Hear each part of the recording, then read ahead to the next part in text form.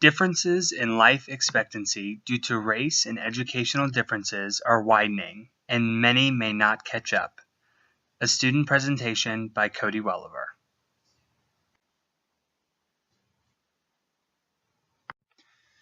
Hi, my name is Cody Welliver, and I'm an online student in pursuit of my Master's in Aging Services Management. I was born and raised in Louisiana, and I am currently living in Lafayette, Louisiana. I graduated from Spring Hill College in Mobile, Alabama in the spring of 2013. While I was there, I received my bachelor's degree in psychology. My passion for the aging population stemmed from my one and only living grandparent. I grew up down the block from her and took care of her while growing up. A little fun fact, by the way, I just got married to my beautiful wife Jennifer almost 3 months ago. And yes, that is a picture of us and not some random couple from Google.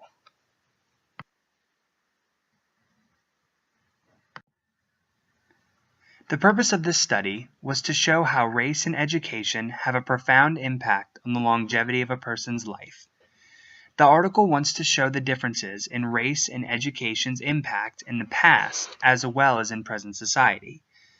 The researchers used data from 1990 until 2008 in order to examine the disparities of life expectancy caused by race and education. With this growing aging population, it's important to see the differences in longevity between different races and educational levels. If the cause of these disparities can be studied, then possible solutions can be created to prevent such dramatic differences in life expectancy. Education exerts its beneficial effects on longevity through the adoption of healthier lifestyles, better ability to cope with stress, better access to healthcare and insurance, more effective management of chronic diseases, higher income, and privileged social position. It is the job of lawmakers and enforcers to create equal opportunities for education and healthcare so that people from all races are able to live longer and happier lives. The way in which these researchers studied this topic was by first examining the number of deaths in the United States in 2008. By using the multiple cause of death data files from the National Center of Health Statistics, which included all deaths recorded among U.S. residents. They then gathered population counts from the NCHS, or the National Center for Health Statistics, and the U.S. Census Bureau. The researchers then used the American Community Survey to further analyze the population. This tool was used to gather information in regards to national households in 2008. This survey gave specific details about the age, sex, education level, and race of those households. According to the authors of this article, after calculating the death rates for the age-specific categories, standard complete life tables were used to estimate life expectancy for a given period by age for each group categorized by race, sex, and education.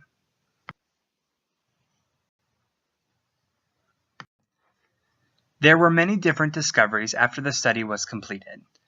It was shown that women lived longer than men at any age, and overall, white men and women outlived black men and women. It was also shown that within each race, those who had the most education had a higher life expectancy than those with the least education. The largest disparity was found to be between the most educated whites, which was defined as having more than 16 years of education, and the least educated blacks, which is defined as having less than 12 years of education. With this result, it was discovered that white men can live up to 14.2 years longer than their black counterparts, and white women could live up to 10.3 years more than their black counterparts. This gap could be even larger if postgraduate education levels were taken into consideration. Also, there was found to be a rise in life expectancy for all of those individuals who had 16 or more years of education. At the highest level of education, life expectancy has risen rapidly, and blacks are catching up to whites. The average increase in life expectancy for the most educated whites from 1990 to 2008 was 4.3 years for whites and 6.7 years for blacks. Thus, the reason for the racial convergence in life expectancy among those with the highest level of education is because of a more rapid improvement in longevity for blacks in relative to whites, although both racial groups at the highest level of education experience large increases in longevity. It is interesting to note that the most educated black man and woman live longer than the least educated white man and woman. However, when being compared to the most educated white man or woman, the black man and woman still have shorter life expectancies. This shows that even if education is equal, there are still racial disparities that are not accounted for.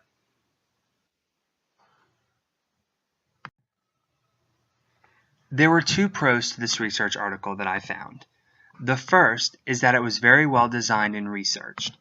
The researchers gathered and analyzed various forms of data in order to create a better understanding of the differences in life expectancy.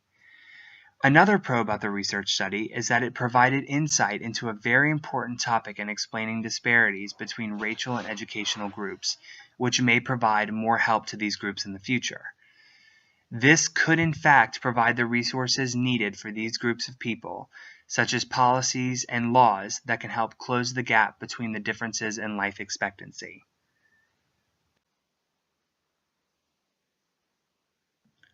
One of the results of this study was a drop in life expectancy for least educated whites and a slight increase for least educated blacks. It is important to note that the size of the least educated subgroup of the U.S. population has been shrinking in recent decades. This is good news on one hand, since this suggests that younger people are becoming more educated as they age. The bad news is that this decline in the least educated population is occurring in part because they die younger than their more highly educated counterparts. This could possibly lead to a selection bias within this research article. This may partially explain the trends in life expectancy we observed in this article, but the rising death rates are also quite real and are not to be overlooked. The researchers also did not mention any solutions to this ongoing problem of growing differences in life expectancy. I would have expected to see a lot more in regards to various government policies or procedures that could have aided in this growing issue.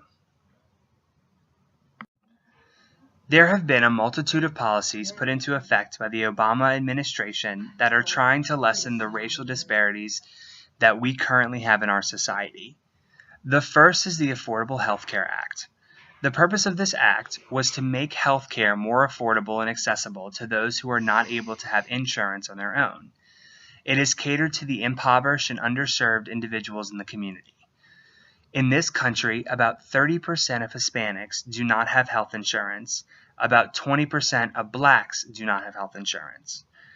This policy mandated that everyone have health insurance coverage, which in turn would hopefully improve health care for those people at risk for being uninsured and having low incomes. In my home state of Louisiana, 50% of Hispanics are uninsured, 30% of blacks are uninsured, and 18% of whites are uninsured.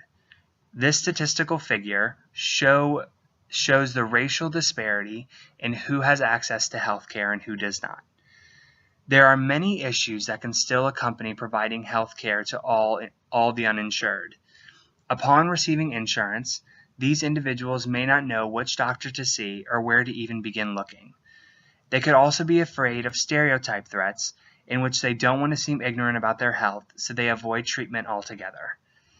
They could also be scared of the prejudices and stereotypes that may occur within doctors' offices. All of these factors can lead to a decrease in health care and therefore a decrease in life expectancy for those individuals struggling with health care.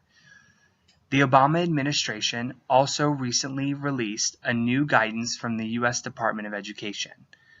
The new guidance reminds states and school districts that they are required by federal law to provide the same quality of resources, i.e. strong teachers, facilities, rigorous coursework, and extracurriculars, to students regardless of color and income.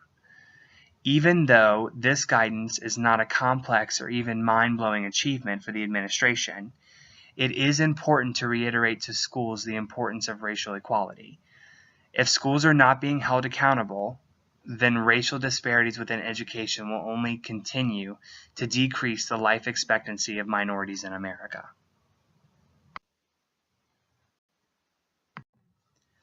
After an incident sparked racial unrest in 2001, Cincinnati decided that something needed to be done in regards to racial inequality. In 2003, building on the early efforts of business, philanthropic, and government leaders, Better Together Cincinnati, or BTC for short, was formed by 15 foundations and corporations to develop and fund solutions to achieve racial equality and inclusion within education.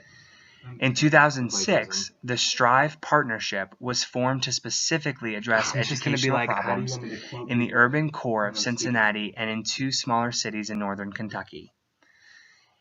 Included in this company were business leaders, city officials, university presidents, and early childhood educators, among many other groups of people focused on improving education. The network's approach centers on bringing together a broad array of community voices to create comprehensive education strategies and solutions, using data to determine what works best for children and aligning existing resources to increase impact. They develop shared outcomes and indicators of success to use across programs and systems, identifying promising practices.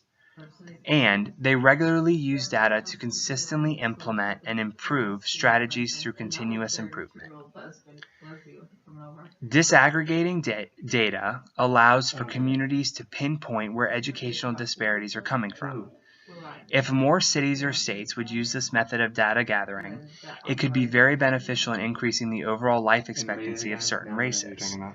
The problem areas within the education system could be pointed out and solutions could be created. By studying data on race and educational relations, changes can be made within communities that can make a very large impact on longevity. In conclusion, a growth in the differences in life expectancies will only occur if disparities in race and education are not eradicated. There needs to be an increase in the amount of policies that are being created in order to avoid these endeavors. This topic is extremely popular in today's pop culture, and it will only continue to be the topic of discussion until something is done to stop it.